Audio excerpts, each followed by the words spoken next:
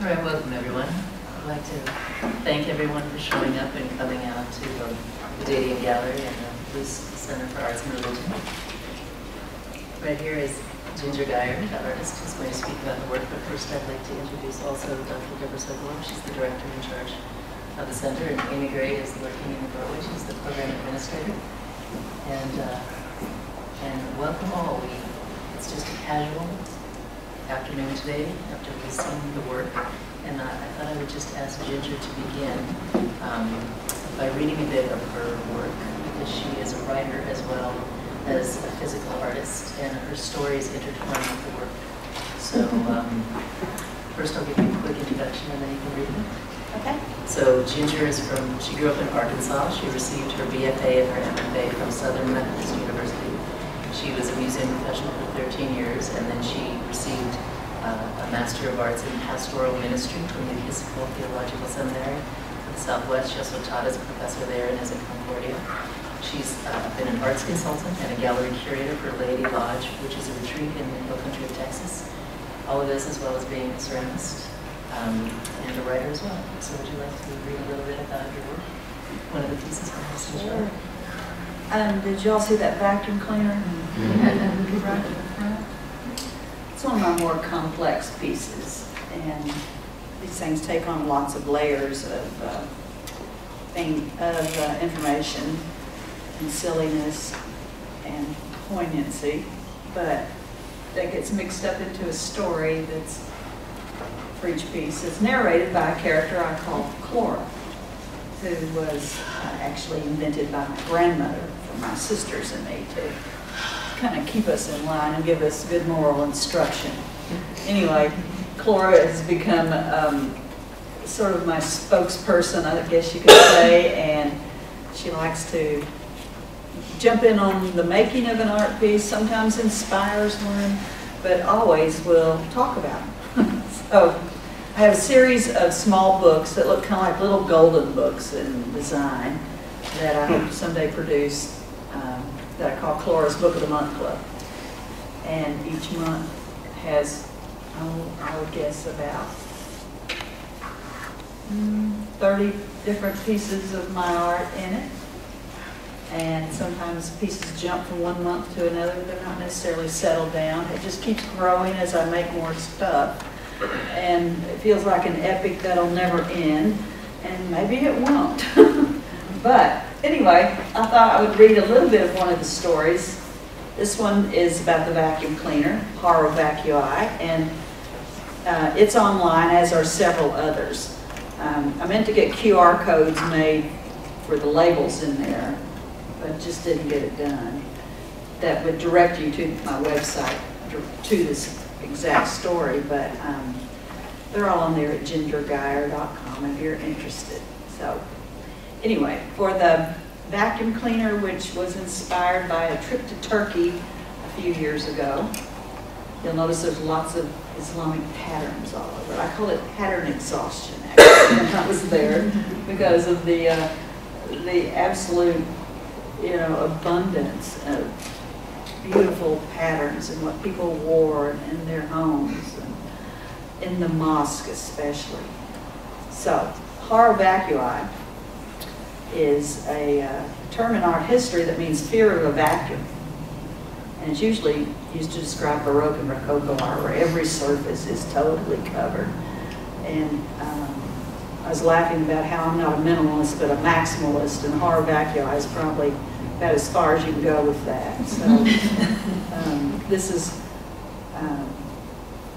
my maximalist vacuum cleaner, and it appears in Clara's book for September, and later on it appears for March. I was going to just read the latter part of it, which is March. Let's see if I can figure out where that starts. Yeah. The first part, her grandmother is back, and in the second part, it's before her little brother's birthday party, and her mother is telling her to do some chores, which was not something Cora particularly liked. Okay. Mom said since it's March, we have to do our spring cleaning. The Jerry Pete's birthday party coming up. We have double reason to spiff up around here. Time to tidy up reality. Go get the vacuum cleaner. Cora promised herself that she would invent a robot to do this in the future. Cleaning was a total time suck. But Mom, nobody's coming in the house. Well, vacuum it anyway, just in case nobody does. Those kids from the birthday party will be tracking in sand and grass from the backyard, so how about I do it afterwards? Sure, Mom said, you can vacuum after the party too. Flora rolled her eyes. Isn't this nepotism, giving all the family members jobs? Her mother would spring clean the whole world. She had heard of the Arab Spring. It was some sort of cleanup. There was that rite of spring ballet, full of fertility rites, enough to start a riot in France. Or those pagan rituals of virgin sacrifice to the god of spring, somewhere in the dark rainforests of South America. A sweeter sort of spring could be found in Italy with its primavera that Botticelli painted. There Flora and Chloris showed that love triumphs over brutality, floating there in their fragrant orange grove, gathering blossoms and strawberries on a lawn of flowers like a carpet page in a medieval illuminated manuscript, all wind-blown by the handsome gods with three graces nearby, singing Ring Around the Rosie. Envisioning Flora would help Clara get through this task at hand. She went to the hall closet where the vacuum cleaner lived. Its family of attachments took up half the space. The hose, the brush for draperies, some long tubes, the whatever, all too complicated to even get out of the box.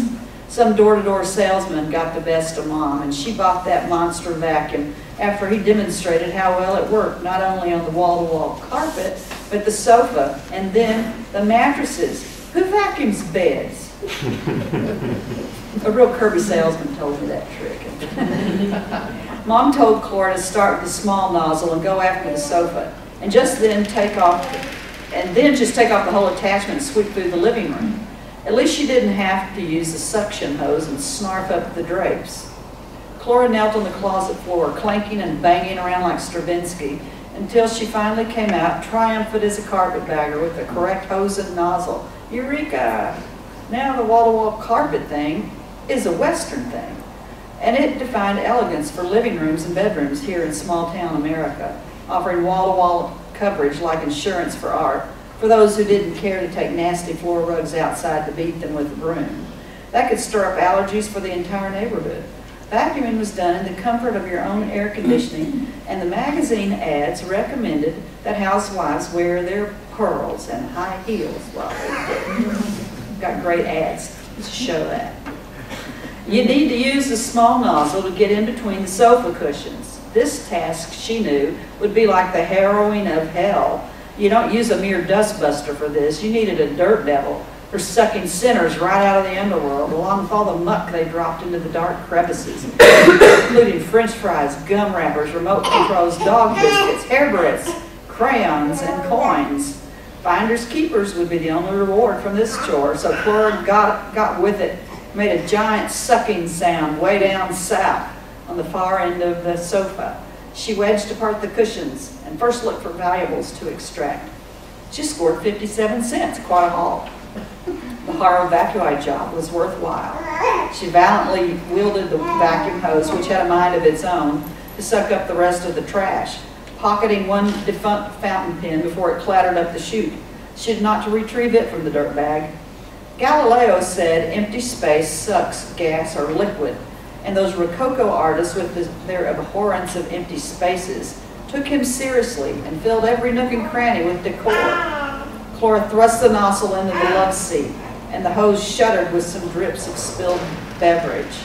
Then she retrieved 2 more dimes. She was making more money than the homeless bag ladies today. She would give them a tithe of her earnings, as she always felt sorry for them and one had died downtown recently.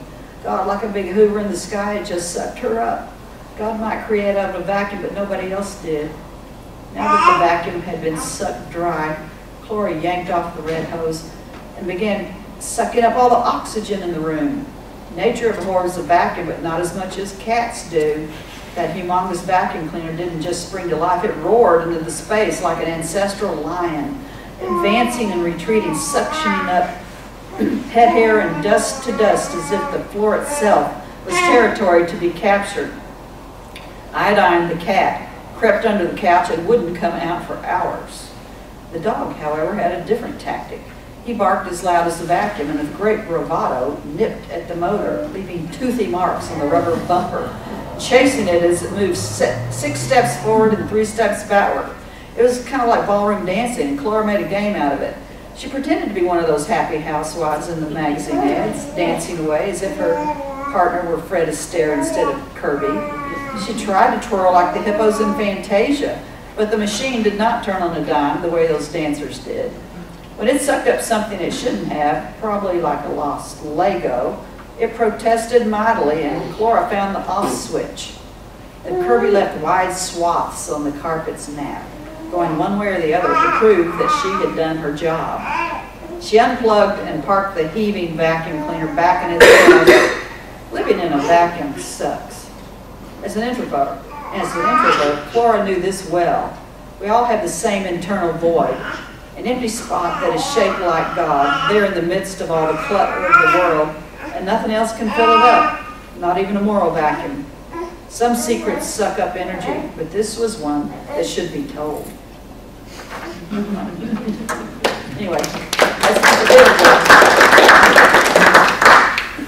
Thank you. You know, I'm just curious because in that short span, you layered in art history references, scripture references, theological reflection, and pop culture and nonsense altogether. And I've had a few people in the gallery ask me, where do all her ideas come from? Like, how does she make something like this? Can you just speak to that? Where do you get an idea and end up making a piece? Well, I collect little tidbits of phrases and images all the time in a small notebook I carry around, and then they get put into a bigger one where I develop them, and then I index all that stuff obsessively so I can find it later. And somewhere in the intersections of those things, ideas spring forth. It's kind of like you can, you know, put together any two things and find commonality if you have to. And so in my pieces, I like to look for that kind of fortuitous connection that maybe comes out of nowhere, but it's actually due to a lot of preparation in the background. And I'm able to access and bring forward some of those old ideas and bits by using this index thing that I created about 20-something years ago. And the index works by having all these sketchbooks numbered, page numbered, and then I go back and topically write down stuff. It's kind of obsessive. Kind of. The computerized it all, or is it all done? Well, I end up typing it on the computer, but I don't use the computer to find the connections. I could if I were more savvy with it, but I kind of like the eye-hand movement that makes me write it down and repeat it again. That helps me learn it better. I was telling them earlier, my dad had Alzheimer's, and I guess I have some fear of that, and I'm foolish enough to think that I can retrieve these things when I get it and need to keep making art, you know, but by then maybe it won't be so complex. I can just throw things out together. Don't have to have so many connections. It kind of speaks, though, to the, a friend of mine who writes a lot about myth, and the economic myth and the current myth of our society, that the new myth developing is one of interconnectivity, where we really are having to learn how connected we all are and how connected everything in the universe is. As if physics and the global economy haven't taught us that already. You know, the old mystics had that down long ago. And in a way, I think my work is a playful way of showing that these connections that seem to mean nothing, you know, the butterfly flaps, it swings in South America and it affects the tornado system in Denmark, whatever that whole theory is. But I found I'm just pulling out little tiny bits of the universe and throwing them together and seeing what happens with it. So the ideas just come from observing and paying attention, which I guess is where a lot of ideas come from. And then occasionally something flies in the window and announces itself, and it's like a piece has been ready to go. And so when it's ready to go, they're all made of porcelain, which is clay, but I wonder if you could talk a little bit about that process, because for the people who don't fire in kilns and know ceramics, it's a really finicky process and fraught with danger and warping and cracking and breakage. Yeah. Porcelain is merely a type of clay, a clay body. It comes in a liquid form if someone wants it for that to make cast china pieces and whatnot, but this is just a clay body that is a very fine grained clay that is made by a recipe. It's not just pulled out of the ground and refined. It's actually a perfected recipe that the ancient Chinese came up with, and was very protected and hard to replicate until some German ingenuity got a hold of it in the, I think, the early 1600s maybe it's 40. But anyway, porcelain has always been used in an aristocratic kind of way for, you know, really elaborate dinnerwares and all those, you know, little figurines and stuff like that. I kind of like that prissy history of it. And play kind of with the irony of that and making it into everyday objects rather than real elaborate ones. But I do use a lot of the same materials, especially the metallic golds and platinums and stuff on it, the glazes, which can be used on any kind of clay. But porcelain itself is a finicky, I call it persnickety kind of material, because it, due to its really fine-grained nature, it can be made into something very, very thin, which means it's really strong, but it looks really fragile. So it's got these built-in paradoxes to it. It's a little bit harder to use because it dries very quickly. You have to be careful about the humidity and how things are covered while in process. It's prone to crack a lot before it's even fired, and to crack and warp both in the firing. Occasionally will blow up, as any clay will if you have a big air bubble in it. It's kind of like you put something into the kiln, you're committing it to the fire, and you just have to know you may not like what's going to come out of there. But I learned long ago with pieces that would crack and warp and do funny things that sometimes the story, because my pieces are narrative, sometimes the story would take over from that point and be entirely different than what I had intended. And that's actually quite a delight when that occurs. I call it a wisecrack or Felix culpa, that something proved back to me, even though I think I'm really mastering this stuff, that I, again, can't. So it's always got this growing edge to it, technically. And the clay it's such a sensuous feeling material. It just feels so good in your hands. And it dries white and gets flaky all over the place and everything, but you can always take it, grind it down, wet it again, mold it back into a clay body. That is, before it's fired. So it's very much like working with any other clay. It just requires a little more tender loving care, I guess, than some others.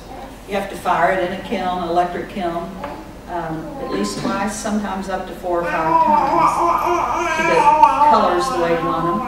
Colors. It's kind of like a photographer looking at a colorful world, but shooting it in black and white, because when you paint the underglazes on to the clay, they often are very muted and sometimes entirely different than they're going to come out. So I have to make all these test chips to see what a color is going to do. Sometimes it'll fire out entirely in a really high heat, like reds are notorious for that. It's really hard to get something like hot pink. That's why the red velvet cake was such a big deal. Get that hot pink batter that here I go off on the rabbit trail. It reminded me of the Cat in the Hat Comes Back, you know, where he gets a pink goop all over the bathroom. And they can't get rid of that spot. And of course, all the wonderful Dr. Seuss stories really have theological bearings under them. Anyway, the colors, like the metallics that look like gold and platinum, are gold and platinum, but they're painted on and fired. When they're painted on, they're kind of an oil base.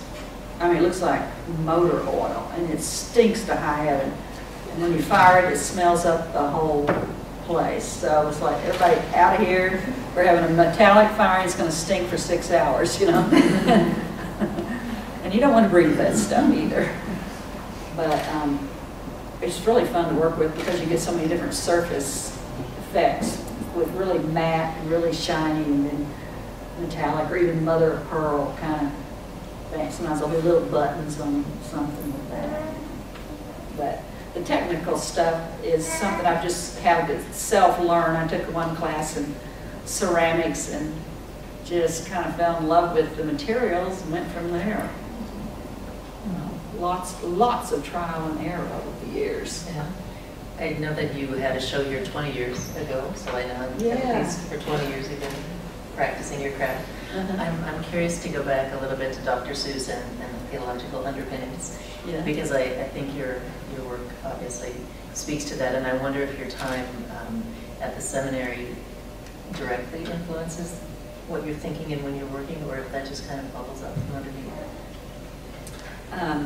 Yeah, I chose to go to seminary after I'd been making art for several years because I realized I was digging into lots of theological topics that were just kind of beyond me. I didn't know what to do with them.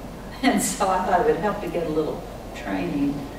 My advisor said, "You're just furnishing your mind," which was a pretty good description of it. I did not go into the program with any hope of ordination.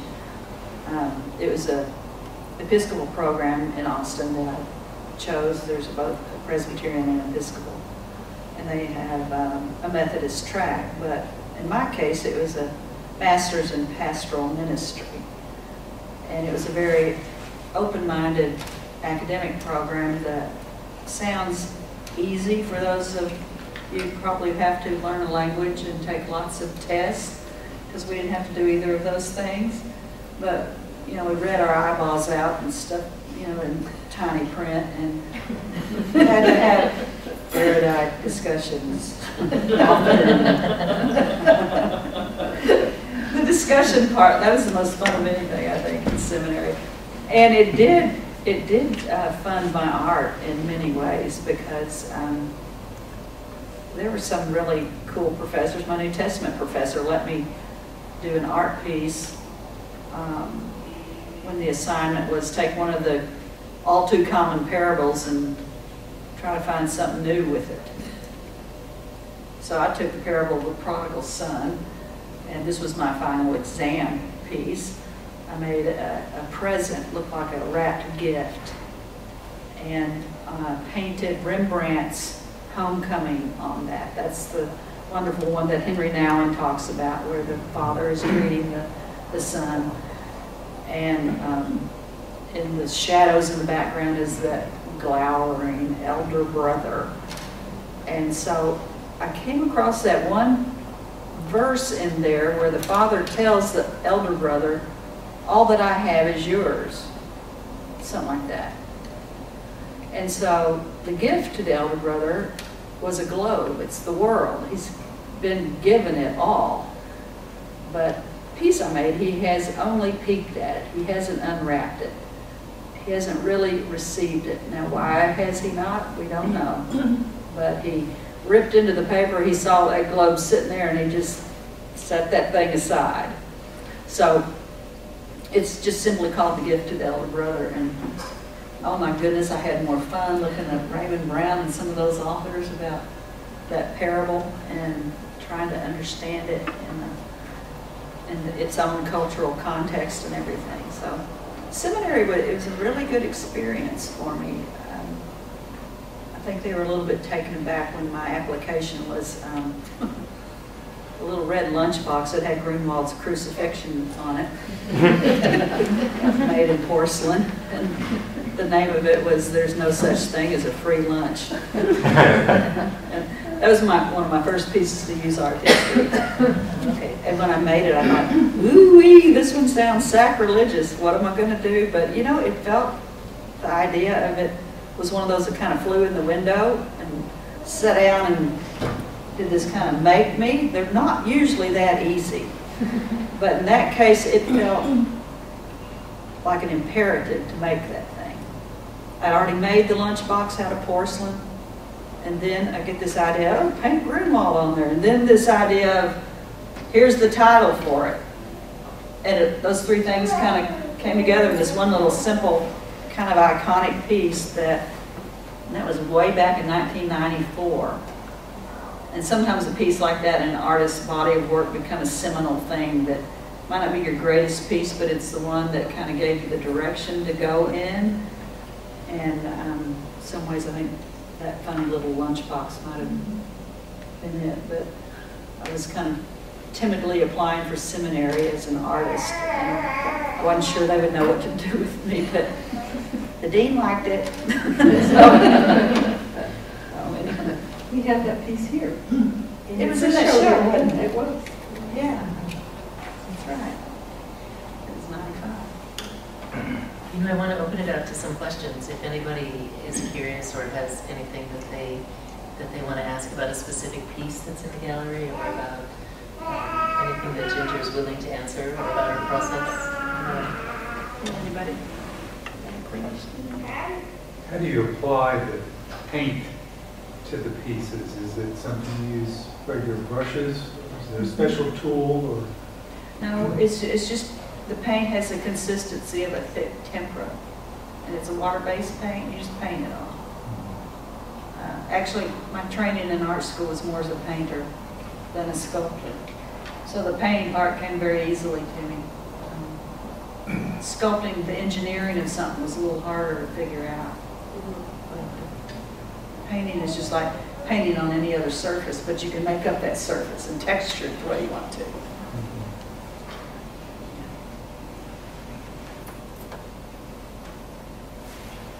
Proud to say that my nephew and his wife are here.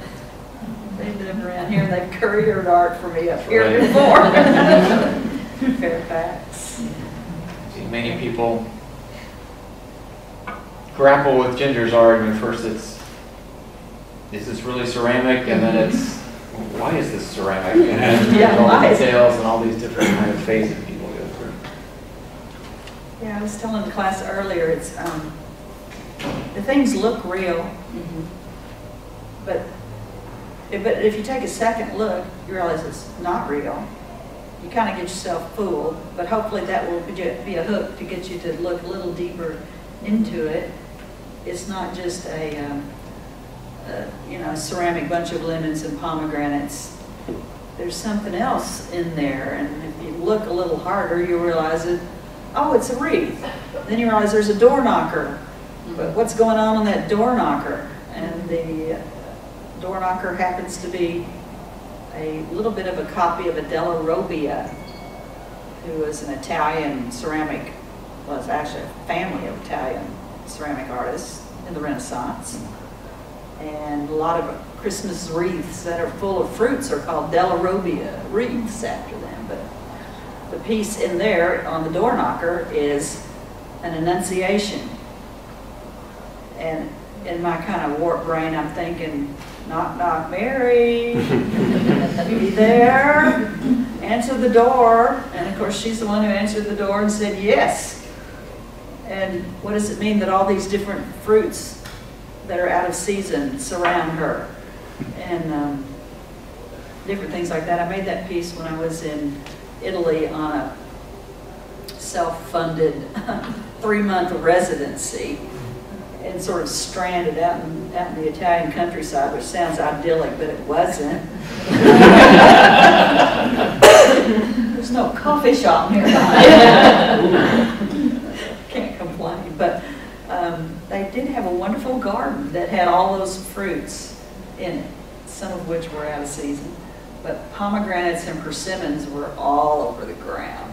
Oh man, I loved it. I would pick them and eat them and sculpt them, and ended up making this piece in sections so that I could jam it in a suitcase and have to get home. But anyway, they always take on some story. That one ended up in Clara's January story, where she's standing on the front porch, knocking on the door, trying to get into her Brownie Scout meeting. It's freezing cold outside, and the leader's in there preparing the lesson and doesn't hear the girls trying to enter. It kind of goes on from there, but fruits falling off the wreath and whatever. All right, well, thank you very much. You're welcome. It's a pleasure, truly, to have your work in the gallery and to have a little bit of it unpacked and to see a little bit of your mind here at work. Well, thank you, and I'm really thrilled to be here with you all again after so many years. Yes, it's so wonderful. This has been a great support system for me over the years, having the program that Deborah and Kathy Kapickian have run, Kiki's now taken on. Not many programs like this anywhere. It's pretty unique, and other seminaries are trying to catch on and do more with art and theology. And to me, it's always been such a natural pairing. I can't understand why it doesn't happen more often. The spiritual process and the creative process are so similar that I think we have a lot to learn from art, and artists have a lot to learn from religion. Both of them are ingrained in humanity throughout the world, so why are they not more connected?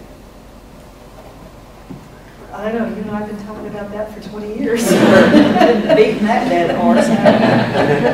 All right. Anyway, we'll go back in the gallery if anybody wants to visit in there about a piece that you're curious about. Right, and Amy made this beautiful brochure that has full color photos and a lot of the stories about the pieces so this is available in the gallery as well.